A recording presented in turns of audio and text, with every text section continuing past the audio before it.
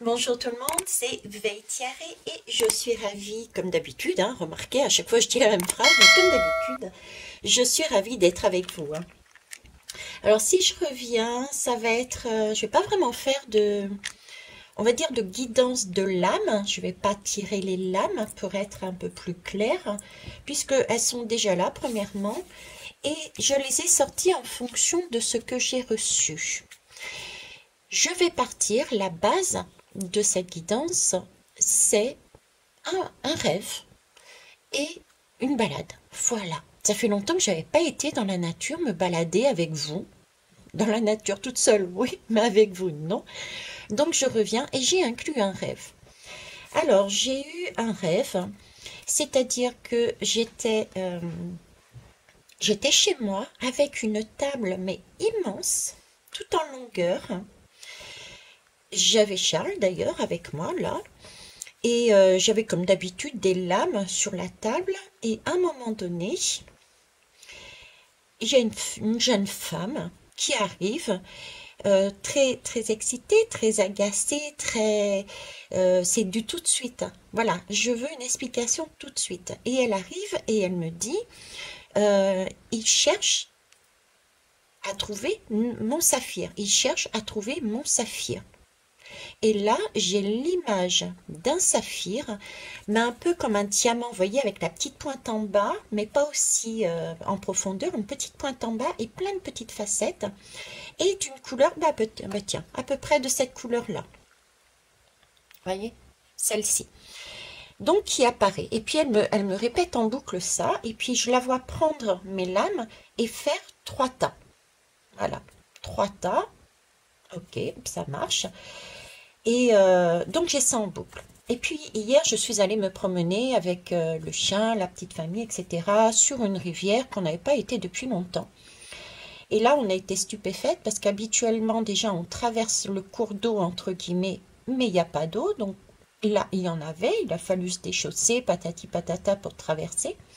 Et ensuite, on se retrouve avec un îlot central, donc avec le cours d'eau d'un côté qui n'existait pas anciennement, et de l'autre côté. Et nous, on est sur l'îlot au milieu. Et sur cet îlot-là, quelque chose qui m'a énormément impressionné, c'est qu'il y a des arbres. Et sur ces arbres ces arbres avaient servi de barrage en fait. Ces arbres avaient servi de barrage et il y avait plein de saletés. Il y avait jusqu'à des troncs d'arbres, etc. qui dépassaient ma hauteur. Je fais 1,69 m. Donc ça dépassait 1,69 m de saleté, de troncs d'arbres, de tout et n'importe quoi qui était calé par les arbres. Comme s'il y avait une énorme vague qui avait tout submergé. C'était vraiment impressionnant. Donc voilà, j'ai ces deux choses-là. Et bien on va essayer de voir qu'est-ce qu'on fait avec tout ça. L'image que j'ai moi déjà, alors je vais vous expliquer par rapport à ce que j'ai, à ce que j'ai ressenti, à ce que j'ai pu obtenir comme information. Donc prenez vraiment ce qui parle pour vous, ce qui vous fait sens, et laissez le reste de côté. Ok?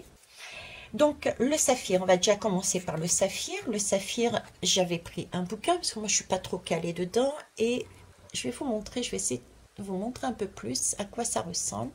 C'est comme ça, sauf que pour moi, il n'était pas bleu ce saphir, mais il était pourpre. D'accord? Il était pourpre. Alors, je mets ça de côté. Et pour moi, le saphir, dans mes recherches, j'ai pris des notes. Dans mes recherches, le saphir se forme dans des roches, attention, magmatiques. C'est-à-dire une brusque élévation de température permet au saphir de se former. C'est donc une roche qui provient du centre de la Terre et qui est propulsée en surface suite à des éruptions volcaniques. Et actuellement, qu'est-ce qu'on parle? On parle très souvent en ce moment, justement, de volcans, d'éruptions, etc., etc. D'accord? C'est pas anodin. Le plus souvent, les saphirs proviennent de petits gisements, d'accord, de petites rivières, dites des gisements secondaires. Ce sont les rivières qui descendent des montagnes, charriant les pierres au pied des torrents et des plaines. Et là, je me retrouve avec, et d'une, la première partie de mon rêve, d'accord? On cherche à prendre, il cherche mon saphir, il cherche mon saphir. Et puis la deuxième partie de ma journée, le complément, je vais dire c'est un complément pour moi du coup. On me parle de cette fameuse rivière qui charrie des choses venant d'ailleurs. Ok. Les deux avec me donnent déjà l'impression que ce saphir est très important pour nous, qu'on cherche à à le prendre, à le déstabiliser, à nous le capter. C'est quelque chose qui est important pour la suite de notre évolution personnelle et sociétale et on cherche à se le prendre. Quelqu'un cherche à le prendre. Ok. On va aller voir plus loin. Donc ce saphir violet pourpre, j'apprends qu'on peut aussi l'appeler améthyste oriental. Bon, alors est-ce qu'il y a un rapport avec ce qui va se passer au niveau de l'Orient? Je ne sais pas, mais c'est une information que je donne, d'accord? Le saphir aussi, il faut bien le dire, est considéré comme une pierre, la pierre de la liberté. Et oui, la pierre de la liberté. Pourquoi? Parce que le saphir a l'image de la vérité, de la sagesse et de l'harmonie. Il aide à calmer les tempéraments colériques et impatients. Il apporte sérénité, calme et clairvoyance dans les émotions.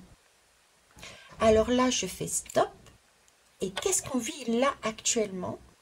C'est justement la rue, la population qui s'exprime. Et c'est là, on me parle d'expression colérique, d'impatience. Et on nous dit que ce saphir peut nous aider justement à calmer le tout de façon à pouvoir voir au travers de nos émotions. Ce saphir est là pour nous encourager, pour mettre du dynamisme, pour enlever les craintes que certains pourraient avoir pour pouvoir se positionner. Ce saphir est là pour stimuler la concentration et la créativité. Il est aussi là pour renforcer la volonté, pour renforcer le courage, la confiance en soi et la persévérance. Et la jeune femme dans mon rêve me disait qu'on cherchait à nous prendre notre saphir. La rivière me montrait qu'effectivement, il y avait des vagues et des vagues de saleté qui arrivaient. J'ai vraiment l'impression là, le message qu'on est en train de me dire, c'est attention, prudence. Ce qui se passe actuellement en France, mais aussi dans les autres pays, c'est vraiment une tentative de personnes qui ne sont pas correctes, qui ne sont pas sur la bonne énergie, qui essayent de nous déstabiliser, qui vont essayer de nous déstabiliser, nous pousser en fait à faire tout l'inverse de ce que le saphir nous demande de faire. Tout simplement. Ça va être, j'ai 3 tas. J'ai eu 3 tas. Cette jeune femme me montrait 3 tas, comme s'il y avait 3 événements, 3... il y a le chiffre 3, il y a quelque chose en 3 qui va faire, et puis en plus avec la rivière, c'est comme une vague, comme une deuxième vague, comme une troisième vague. Vous voyez, j'ai cette idée-là, ça va faire un trop-plein, et ce trop-plein est volontaire de façon à ce qu'on perde notre saphir justement, et qu'on soit submergé par nos émotions, qu'on n'ait plus cette clarté d'aller voir plus loin et d'agir différemment. D'accord? Bon, j'ai poussé un petit peu plus loin. J'ai poussé un peu plus loin et j'ai procédé aussi, puisque en ce moment, je ne sais pas pourquoi on m'envoie sur les chiffres. Eh bien, écoutez, on va aller sur les chiffres et les nombres. Hein? On va laisser sur les chiffres et les nombres. Oui, pourpre. La couleur pourpre aussi, c'était vraiment tout ce qui était relié à la sagesse. C'était l'éveil aussi de la spiritualité. Le pourpre, est lié, si vous voulez, au chakra couronne. Il y avait des petites pointes de bleu, donc c'est aussi le chakra couronne, et je voyais le chakra du troisième œil. J'avais ces 2 chakras en tête, on va dire, Et c'est cette couleur pourpre, le message qu'on me donnait, c'était de voir, ben, je dirais, de faire un... Je vais comme faire un tri. Tu vois, j'ai 3 tas. Allez, j'ai des priorités. J'ai aussi ce côté-là, j'ai des priorités. Qu'est-ce qui est important de mettre de côté pour l'instant pour aller vers un objectif? J'ai cette notion-là aussi. D'accord?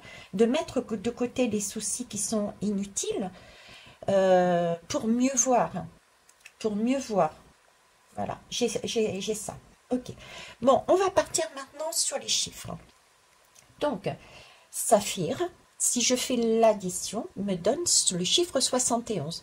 71, ça revient du 8. On est OK? Donc, j'ai sorti le 8. J'ai sorti 2 8. 2 8, c'est la justice. Bon, ici, c'est dans la... Ici, j'ai un 11 et ici, j'ai un 8. Hein, mais c'est du 8. La justice, dans le tarot de Marseille, c'est du 8. OK. Donc, nous avons du 8. Elle est belle, cette justice. Attendez, je vous la montre correctement. Je vous la montre correctement. Voilà. Alors, la justice, qui est-elle? La justice, eh bien, écoutez, c'est la recherche d'équilibre. Ça, c'est la première chose. C'est des épreuves. En fait, actuellement, nous vivons des épreuves qui nous freinent, qui nous malmènent. On en a pris conscience, hein. On ne peut pas dire autrement les choses. Et la justice, justement, c'est la recherche d'un équilibre pour dépasser ces difficultés. C'est le... Je veux dire, c'est le super pouvoir, c'est ça la justice. On peut même parler quelque part de la pesée de l'âme. On peut parler de la pesée de l'âme. La justice, c'est une pesée de l'âme. D'ailleurs, la lame de la justice était sortie dernièrement, le message de la justice, le mot de la justice était sorti sur une de mes dernières guidances. C'est pas anodin non plus.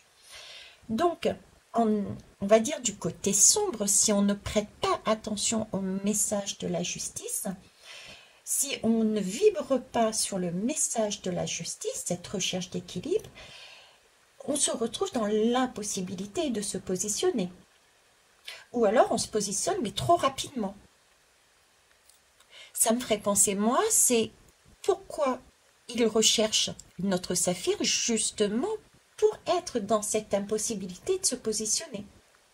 Ou alors de faire les choses trop rapidement et on passe à côté. On est dans la pesée de l'âme. Maintenant, si on se sert de l'énergie de cette justice, ça veut dire qu'on est en mesure de pouvoir peser les choses, de prendre en main sa destinée, en tenant compte des épreuves du passé. C'est quelque part, j'aime pas trop ce mot, mais c'est quelque part un auto-jugement. Mais pour obtenir une leçon qui va servir, pour ne pas reproduire les mêmes schémas, voyez-vous? Donc là, la justice, notre saphir, nous demanderait plus d'être dans cette énergie-là, pouvoir prendre en main sa destinée en tenant compte des épreuves qui se passent et qui se sont passées, être en capacité de ne pas être débordé par ses émotions et son comportement peut-être d'être trop rapide, ou ne pas bouger tellement on est tétanisé par nos émotions et ce qui se passe. Voilà. Donc la justice, moi le message c'est ça. La justice, si je le relie à, on va dire au climat, on peut parler de tremblement de terre, on peut parler de déluge, on peut parler aussi de sécheresse, hein, pour ceux qui sont complètement hermétiques. On peut parler de cyclone aussi. Donc, il y a tout ça qui peut aussi accompagner les périodes, la période qui s'en vient, qui arrive là maintenant. On peut, au niveau du climat, aller là-dessus. Ok, donc là, on a la justice. La justice, qu'est-ce que c'est aussi? Je vous ai dit, quand j'ai décomposé Saphir, Saphir, à la base, m'a donné 71. 71, c'est qui? C'est le 7. Bizarre, hein? Vous avez dit étrange. Le 7, c'est le chariot. Le chariot, c'est la lame de 2023. Donc, c'est bien là-dessus qu'on travaille. Je vous ai mis 2 magnifiques chariots. Le chariot, qu'est-ce que c'est? C'est le dynamisme. Donc, on est bien d'accord que là, c'est l'énergie du saphir. C'est ce on nous demande, c'est ce qu'on a à l'intérieur de nous, parce qu'on a tout à l'intérieur de nous, d'accord? Et d'après mon rêve, c'est ce que certaines personnes cherchent à prendre, d'accord? Et qu'il faut préserver, parce qu'on en a besoin pour la suite des événements. Donc, ce saphir, je ne reviens pas dessus, et ici, on nous parle, le saphir, c'est le chariot, effectivement. Le chariot, c'est tout ce qui est le dynamisme. C'est du dynamisme. Alors, si on prend l'énergie, on va dire, plus sombre du chariot, si on ne prend pas l'énergie correcte du chariot, qu'est-ce que ça veut dire? Ça veut dire que, ben, pareil, le chariot, il part, mais il accélère, mais dangereusement. Il va dans tous les sens. C'est de la démesure, c'est de l'agressivité. Le chariot, ça bouscule dans ce cas-là. Vous voyez? Ça, c'est l'énergie qui n'est pas correcte. Le saphir que j'ai moi en tête, et c'est pour ça qu'on cherche à nous le prendre, c'est le côté positif. Le côté positif, c'est effectivement d'agir, non pas de réagir, mais d'agir. C'est d'avoir ce courage. Courage de quoi? Ben, de regarder, de faire la pesée des âmes, de s'auto-juger. On ferme les yeux et on se juge soi-même. Qu'est-ce qui est juste réellement? Qu'est-ce qui n'est pas correct? Quelle est ma part de responsabilité? Et quelle leçon j'en tire? Donc là, c'est aussi avoir ce courage, du courage, c'est avoir de l'action et c'est avoir du dynamisme. Quelque part, voyez-vous, le chariot, c'est l'homme qui fonce, l'homme avec un grand H, hein, qui fonce sur son char, hein, et qui tente de maîtriser ses 2 chevaux pour rester. Alors, excusez-moi. Ok, je vous ai passé sous silence, quoique j'ai encore quelques... Vous avez vu, au moment où je parlais de l'homme qui fonce sur son char pour tenter de maîtriser ses 2 chevaux, je me suis mise à tousser et je vous disais pourpre, et j'avais quelques notions de bleu, c'est de la communication, c'est aussi, il y a un besoin de communiquer, mais d'une façon positive, d'accord? Là, il n'y a pas d'accord. Je vais terminer ma phrase et vous allez comprendre pourquoi il n'y a pas d'accord entre les 2 chevaux. Voilà, c'est vraiment le message, c'était il n'y a pas d'accord entre les 2 chevaux là actuellement. Hein? Excusez-moi. Donc, il y a l'homme qui fonce sur son char et qui tente de maîtriser ses 2 chevaux pour rester sur la route, sur l'objectif qui s'est fixé. Et du coup, il tente d'unifier la terre, hein, le côté terre, ok, qui est représenté par le char, ok, et le côté ciel avec toutes ces étoiles. Ça fait penser un peu au magicien, vous voyez, le magicien avec sa baguette qui est entre les deux aussi, entre la terre et le ciel. Et il s'agit là d'unifier la spiritualité et le côté matériel, mettre du sens et pas n'importe lequel au niveau terrien. Donc là, j'ai quand même du magicien là-dessus. Ok? Donc c'est ce qui manque pour moi, c'est pour ça que j'ai ma gorge qui est partie en live, parce que je n'ai pas justement cet accord entre les deux mondes. On est en pleine recherche, 2023, c'est ça, ça va être une recherche d'équilibre, de remise en justice de toutes nos actions passées. C'est ce qui est actuellement en train d'être fait. Donc, le saphir que nous avons, justement, c'est cet objectif et c'est pour ça qu'il faut le préserver. Ok? Alors, 71, eh ben, c'est le 7 et comme je vous disais, juste à côté, c'est pas anodin, eh ben, on a le magicien. Voilà. Le magicien, pareil. Alors, le magicien, lui, ou le battleur, hein, c'est l'énergie de la vie, justement. C'est remettre de la vie dans quelque chose qui est très compact, très terrien. C'est celui qui unifie encore avec ses deux mains, une en haut et une en bas, qui unifie le ciel et la terre. C'est vraiment l'image que j'avais ici. Vous voyez, c'est le même. C'est ce magicien qui maintenant essaye encore d'unifier les deux, mais de manière beaucoup plus... avec du mouvement. Avec du mouvement. Ok.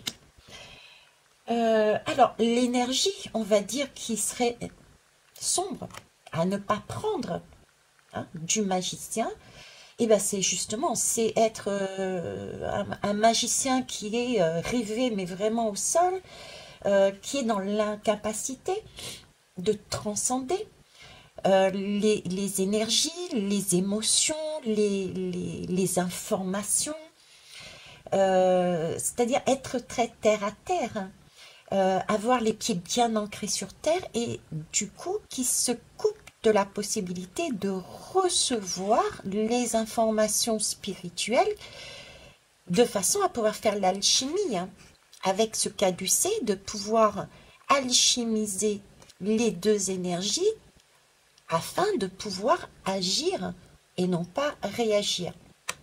D'accord? Le côté qu'il faudrait prendre du magicien, c'est celui qui justement est positionné entre le ciel et la terre, qui permet de transcender, qui est, voyez, qui est mesuré. C'est pas du tout rien, c'est pas du tout spirituel ou du tout terre à terre. C'est celui, le magicien, il est dans la mesure, il est dans la justesse de la justice. C'est-à-dire qu'il est capable de dire, ok, ça, il va falloir que je change, ça, pas pour l'instant, ou ça, pas du tout. C'est l'énergie du magicien qu'on retrouve dans la justice aussi. Les lames sont toutes reliées les unes entre les autres. Donc là, voilà à quoi sert notre saphir. Voilà pourquoi on essaye de nous l'enlever.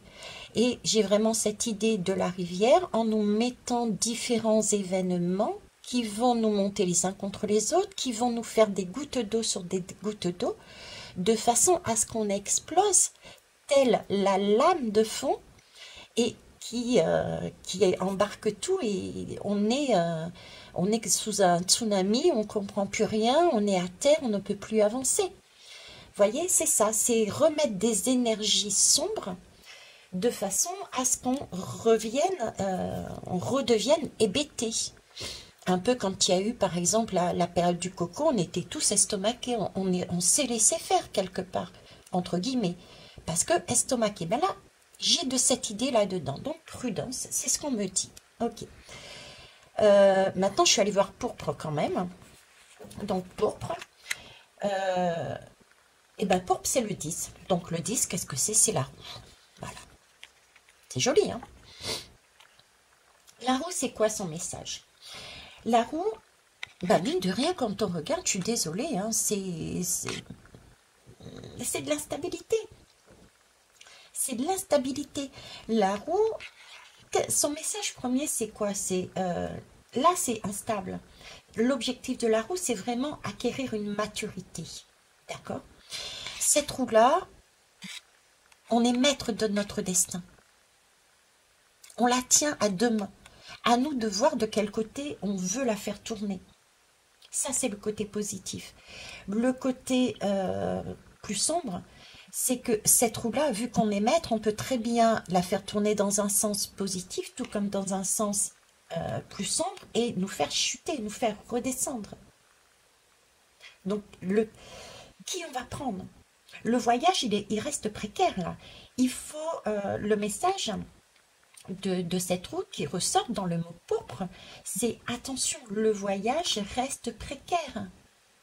Donc il faut préserver ce saphir, il faut assurer une grande constance et un meilleur équilibre, une meilleure justice, si vous voulez tourner la roue dans le bon sens. Ça, c'est le message du pourpre. Rappelez-vous, pourpre est relié à la sagesse. C'est relié au chakra coronal, au troisième œil. reprenez ce que j'ai dit au début concernant la signification du saphir, hein. Ok? Donc voilà, à quoi que nous demande cette roue, ce pourpre. Il nous dit attention, c'est précaire, prudence. Là, on essaye de vous déstabiliser, de vous faire chuter, de redescendre au sol, alors que le magicien, le saphir, nous demandait de transcender, d'être entre les deux. Là, on essaye de nous remettre à terre. C'est pour ça qu'on essaye de nous voler, dans mon rêve, ce saphir. D'accord? Donc, il faut assurer, mais vraiment une constance, bien tenir la barre. Cette lame, moi je l'adore parce qu'on voit bien, on est seul maître de notre roue, de notre destinée, on tient la barre. Donc il faut assurer une grande constance, il faut vraiment tenir l'équilibre des deux mains, être juste avec cette justice, être ce magicien qui est entre les deux, entre le ciel et la terre, essayer de tenir ici. Entre le chariot et la roue, la période est encore instable. Donc ne pas se laisser plonger, ne pas se laisser voler son saphir pourpre et rester plongé sous des émotions qui nous empêchent d'agir ou alors prendre ces émotions et suragir et non pas agir comme il le faudrait. Hein? N'oubliez pas les deux façons de faire. Ok? Ensuite, qu'est-ce qu'on a? Le 10, qu'est-ce que c'est? Le 10, c'est le 1. Hein? Le 1, c'est le magicien. On en a parlé. Donc, bien se positionner entre ciel et terre, on va dire, pour pouvoir concocter la bonne énergie. Ne pas se laisser dominer par les émotions et agir n'importe la ouek. Et le 0, le 0, qui c'est le fou. Le 0, c'est le fou. Le 0, c'est oui, c'est ce que le mat aussi. Hein, c'est le mat. Alors, je préfère le mat parce que le mat, là, vous voyez, ça a vraiment la résonance de le mât du bateau. Le fou représente le mât du bateau pour moi. C'est l'illumination. Le fou termine le cycle du mandala du tarot et il peut commencer aussi. Ça dépend où on le situe. Mais le fou, c'est l'illumination. Ça y est, on a compris. Vous voyez?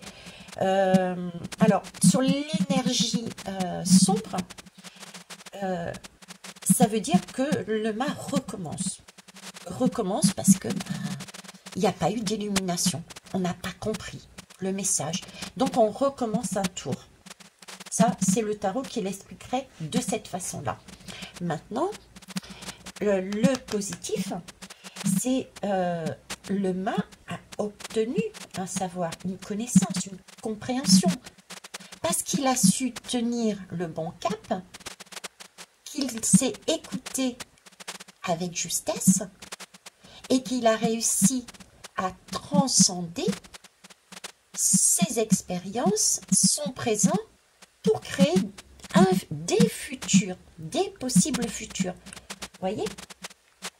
Donc ça, c'est l'énergie de ce battleur, de ce mât qu'il faut aller chercher dans ce pourpre. C'est ça, c'est le positif qu'on va chercher. L'objectif, c'est vraiment l'unité entre le ciel et la terre. Dans notre quête absolue. Et c'est quoi notre quête absolue? Au final, c'est notre indépendance. Pouvoir récupérer notre pouvoir autant à titre personnel qu'à titre sociétal. Reprendre notre indépendance. C'est le message essentiel. D'accord? Donc voilà ce que je pouvais vous dire concernant mon rêve et ma balade. Hein, mon rêve et la balade. J'espère que ça vous aura amené des pistes de réflexion. Ça ne veut pas dire qu'il ne faut pas descendre dans la rue. Ça veut simplement dire attention.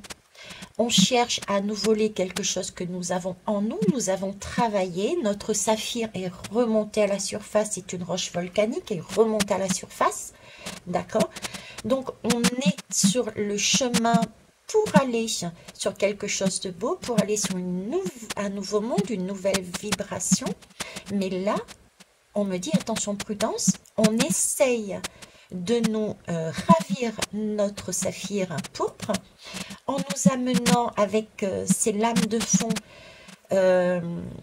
des... Comment ça s'appelle? Des saletés, on va dire. Et ces arbres, pour l'instant, tiennent bon, mais à force de mettre des couches et des couches et des couches, ça risque d'exploser. Donc, prudence, c'est ce qu'ils cherchent. Donc, il faut se positionner fermement, calmement, sans se laisser submerger, je dirais, par les informations et par des émotions. D'où vraiment l'importance, et ça on me le dit, on me le répète, c'est de se recentrer sur le présent. C'est de s'ancrer dans la nature, dans le... oui, dans la nature, de se ressourcer, de revenir à soi un maximum. Dès que vous vous sentez que vous partez dans des émotions peut-être un peu trop waouh, vives, recentrez-vous, posez-vous. Trouvez le moyen de vous poser, quel qu'il soit. Ça peut être tout simplement, si vous ne pouvez pas le sortir, c'est faire un pulse. Le fait de prendre son temps et de se focaliser sur la recherche d'une pièce et d'une note et d'une note et d'une note permet de faire redescendre la soupape. C'est ça, faire redescendre la soupape. Hein? Et ensuite, là, vous pouvez revenir sur ce que vous aviez éprouvé pour pouvoir voir ce qu'il y a à voir, de façon à réagir correctement. Mais redescendez, c'est vous qui tenez votre chariot. D'accord? C'est nous, population, qui tenons notre chariot. C'est pareil. Mais il faut la tenir fermement, cette roue, pour éviter qu'on soit valdingué. Ok? Cette justice, il faut qu'elle soit positive et il ne faut pas qu'elle soit déséquilibrée. Ce chariot, il faut qu'il soit droit. Il ne faut pas qu'il parte à la ouac. Etc. etc. D'accord? Bien, je vais vous laisser là-dessus. Je vous... Eh bien oui, je pensais vous laisser là, mais non, on me demande de revenir sur la même guidance, mais sur un niveau peut-être un peu plus spirituel, on va dire. De revenir parce que nous sommes le 24 mars, tout simplement. Donc je vais compléter la guidance. Je vais tâcher de ne pas être longue. De toute façon, l'essentiel a été dit là. Cependant, on va compléter. On va compléter comment? Déjà, le rêve, on va le pousser un petit peu plus loin pour vous dire exactement ce qui a été vu. C'est effet. Je vous parlais d'une immense table. Au final, beaucoup plus grande, quand j'y repense, beaucoup plus grande que la table d'un magicien. D'accord, que la table du battleur. Ensuite, j'avais cette jeune femme en face de moi. Cette jeune femme, quand je la regardais, j'avais vraiment l'impression que c'était quelque part un moi. Et dans cette jeune femme, j'y voyais aussi une personne beaucoup plus âgée avec la couleur de ses cheveux et la sagesse. Donc dans cette jeune femme, j'avais un côté... ado, jeune femme, et un côté sagesse. Et j'avais aussi Charles, qui est un enfant. Donc j'avais là plusieurs personnages sur une immense table. Donc, une immense table. Qu'est-ce que je peux vous dire d'autre là-dessus? Alors déjà, je vais commencer par ça. Donc la première image qu'ils m'ont mise à nouveau, eh ben, c'est l'image d'un baptême. Voilà, c'est l'image d'un baptême. Alors j'ai cherché longtemps et au fur et à mesure de ce qu'il me disait, j'ai compris en fait le message. Spirituellement, ce qu'il vous était en train de nous dire, c'est que nous avions cette grande table symbolisant autour d'un baptême, c'est-à-dire d'un événement joyeux, d'une naissance, d'un baptême. C'est bien un pas dans une certaine spiritualité, quelle qu'elle soit. Donc, et cette grande table symbolisait l'union de tous, l'union de autant des enfants que des personnes qui sont plus âgées. Donc, c'est une union et c'est ce qui se produit dans la ruche. Il y a une union de tout le monde. D'accord? Donc, pour vraiment l'objectif d'une prise de conscience positive pour le futur. Donc ça, c'est yes. C'est tout à fait, c'est bien, c'est formidable. Donc c'est un message d'espoir de continuer en faisant attention à tout ce que j'ai dit ici, mais c'est vraiment spirituellement, nous allons vers cette table, cette union ensemble, parce que nous avons eu la sagesse et la fougue de la jeunesse ensemble de prendre conscience de quelque chose beaucoup plus humain, de beaucoup plus humain. Ok. Autre chose aussi, je vous avais parlé des lames que cette personne m'avait prises et elle avait fait 3 tas. Et oui, 3 tas. 3, c'est la Trinité. Hein. Esprit, âme et corps. Hein.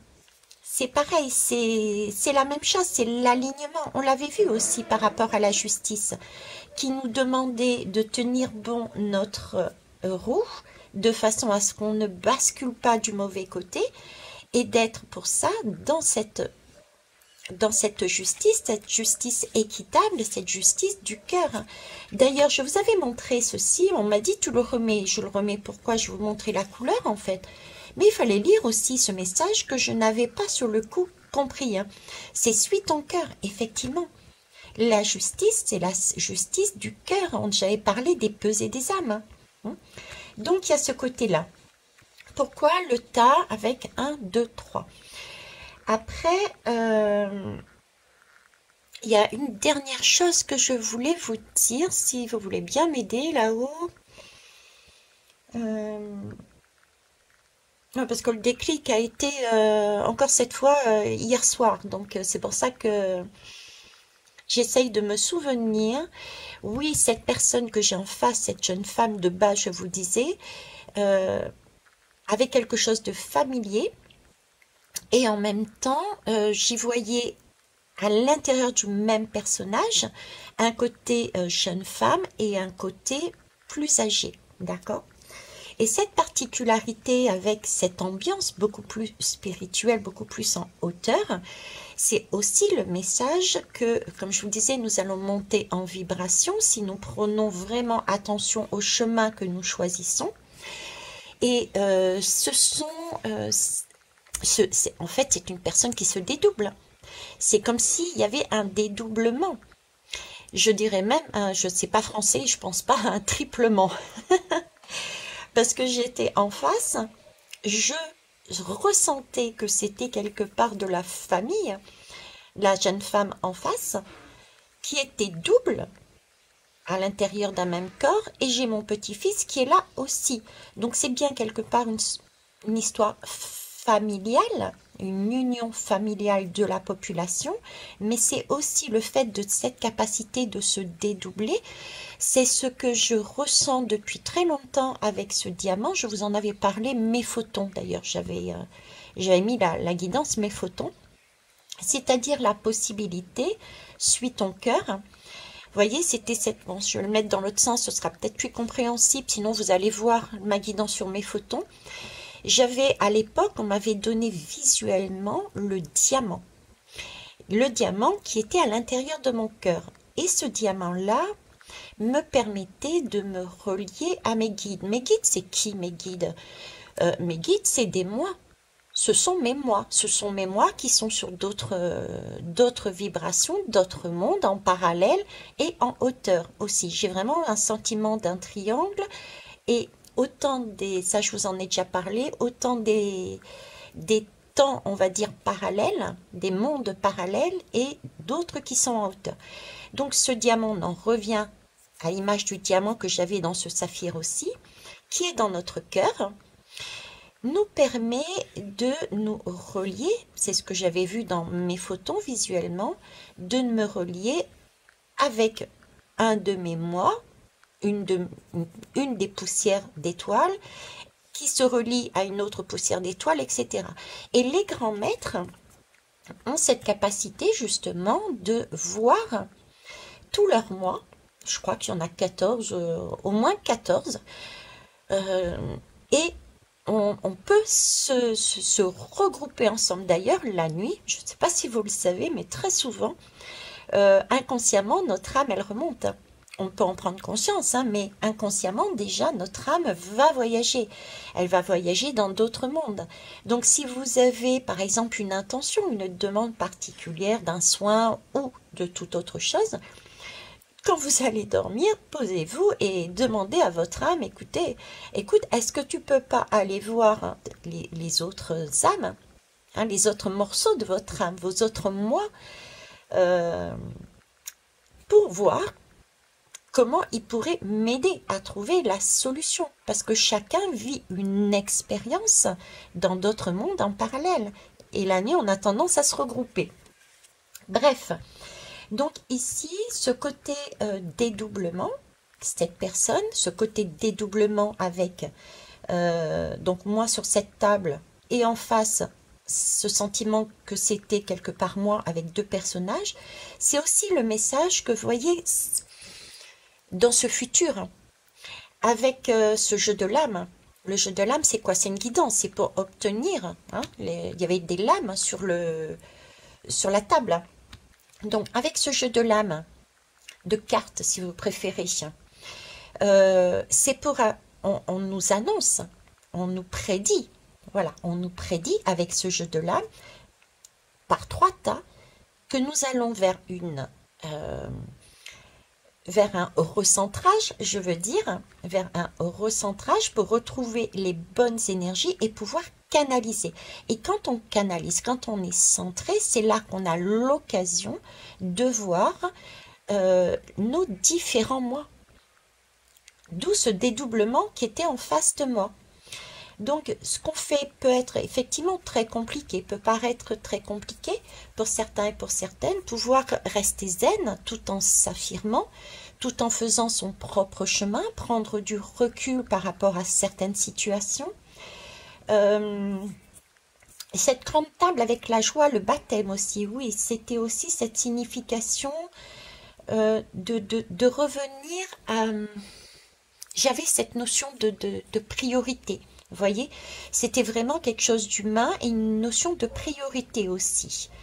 Hein, choisir ses priorités et y aller aussi. Un baptême, ça se prépare, ça s'organise, ça. Il y a ce côté planification, endurance, il faut le vouloir. Hein. C'est tout un parcours. Hein. Se faire baptiser est tout un parcours. Hein. C'est au sens religieux du terme. Mais moi, je vous parle spirituellement, c'est vraiment l'image qu'on peut mettre en parallèle. C'est une planification, mais on nous montre bien sur ce plan spirituel qu'effectivement, il est important de passer par ces étapes-là et on nous prédit que nous allons nous recentrer et remonter par des prises de conscience sur quelque chose des valeurs beaucoup plus humaines, être en joie.